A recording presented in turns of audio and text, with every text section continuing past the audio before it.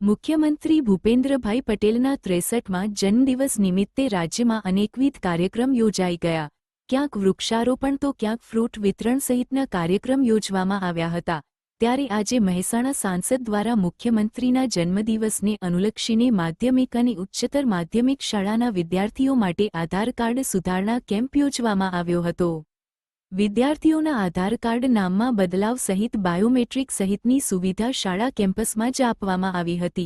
મહેસાણા સાર્વજનિક કેમ્પસ ખાતે યોજાયેલા આ કેમ્પમાં વિદ્યાર્થીઓના બાયોમેટ્રિક સહિત આધાર કાર્ડની વિગતો ચકાસીને વિદ્યાર્થીઓને શાળામાં જ આધાર કાર્ડમાં ફેરબદલની સુવિધા પ્રદાન કરવામાં આવી હતી.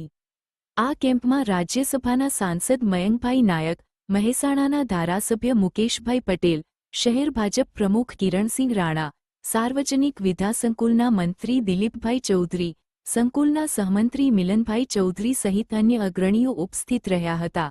આ કેમ્પનો વિદ્યાર્થીઓએ મોટી સંખ્યામાં લાભ લીધો હતો.